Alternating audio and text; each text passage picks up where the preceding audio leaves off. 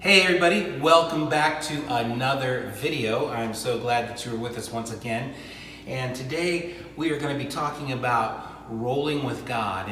And I hope that you're having a great day today. I hope things are going well for you. I hope that school's been going okay if you're in school, and that things are just going swimmingly for you, as they say. And I just hope that God is blessing you in a bunch of different ways. So one of the things that we want to talk about is some of our dreams and desires. Like, do you ever really want to be good at something? Maybe to play a sport or a musical instrument of some kind. And so, you want to be able to do well at whatever it is that you choose. And that just doesn't just come without any kind of work or preparation or investment on our part. And so if you really want to get good at a sport, say for example, baseball, what do? You go out and you practice every day playing baseball. And before long, you're going to be way better at baseball than you were before you started practicing.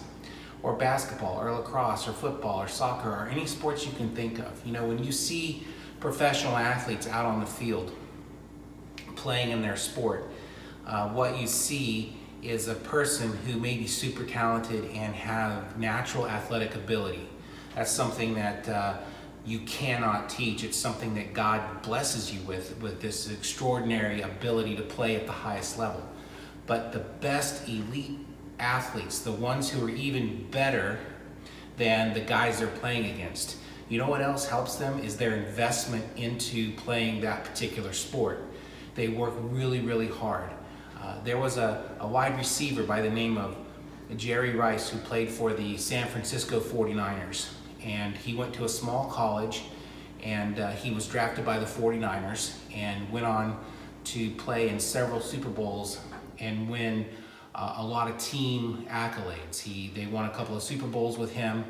And this is for any of you who were ever born or around, but he was very good, and he became known as the best wide receiver in the NFL during his time and during his era.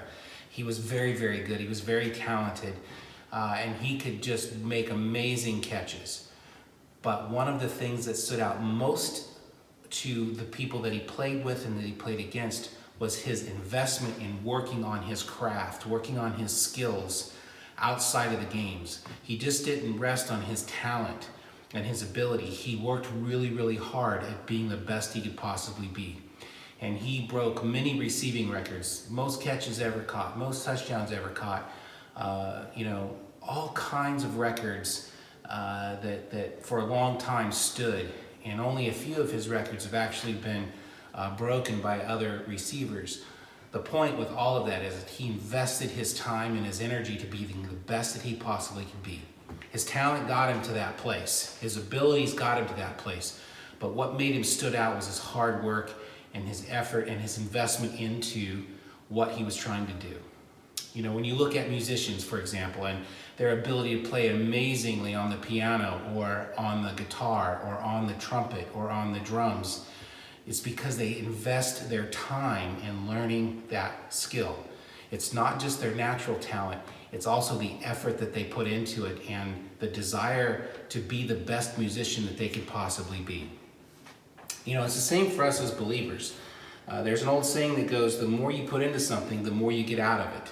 And it's the same with us. When we want to invest time into knowing who God is by spending time in prayer and by spending time reading His Word and just meditating on Him and reading other information about Him and just being involved in developing our relationship with God and becoming better at being a Christian, we have to invest time. It just doesn't happen naturally. We have to put an effort into being the Christian that God wants us to be, the Christ follower that God wants us to be.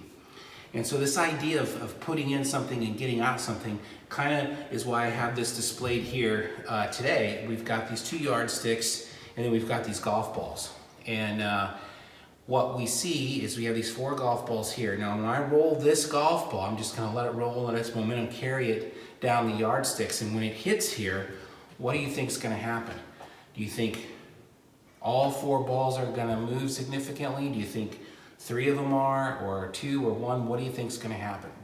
Well, this helps us understand this idea of what kind of investment we make into something is what we're going to get out of it. So let's do this one time. All right, so we're going to take this ball, or this golf ball, and we're going to roll it here. And it knocks one ball away. Let's try it again. All right, one ball hitting all 4 golf balls, and the 4th one moves. Now, that's the investment you want to put into something, then that's the result you're going to get. But what happens if we add another golf ball to this scenario here? What do you think is going to happen? If we add one more golf ball and we roll both golf balls down here, how many of the golf balls are going to roll to the other side of the yardstick? Well, let's try it out. Let's see what happens. 2 of the golf balls move, right? 2 of the golf balls move. Let's go the other way. Same thing on the other end, right? Because now we've invested 2 golf balls into this situation. Well, what happens if we add a 3rd golf ball and we roll all 3 of the golf balls at the same time? What do you think is going to happen, right? Let's try it. The same thing, right? We move 3 and the 1 stays there. So let's try it the other way. Same thing. It moves. Now the middle ball moves a little bit, but it's significant that the balls that are mostly moving is the amount of effort we put into it. So we take 6 balls here, 1 golf ball here, watch. Same thing happens, right? Same thing happens. We do the same thing on this end.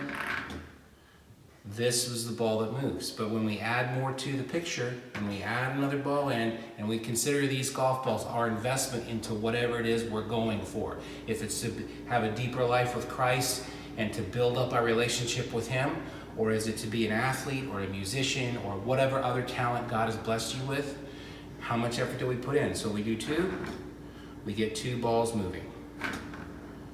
We do 3, we get 3 balls moving. So this is momentum, right? And this is the investment that we put in. The energy is transferred into these other things and they move. It's the same way when we invest our energy into knowing more about who God is in our lives. When we spend time with Him in the various ways that we can spend time with God, the more we invest in that, the bigger our return is going to be. And so it works every time for these golf balls and for us. So let's always put a lot into our Christian life. Let's always invest as much as we can into it so that we have the best case scenario of growing our faith and being believers in Jesus Christ to our maximum effort. And we have to be able to do that, because remember, we always get back out whatever we put in. So if we're putting a lot into it, God's going to reward us so much more. The same with any other endeavor in our life. God might have gifted you in a special way, and the more effort and desire you put into that, the more you're going to get out of it. All right? So I hope this helps you. I hope that you will be rolling with God in that situation, that you will see your investment into that relationship will yield as much as you put in. All right? Hey, you have a great week, and thanks for tuning in, and we will see you on the next video.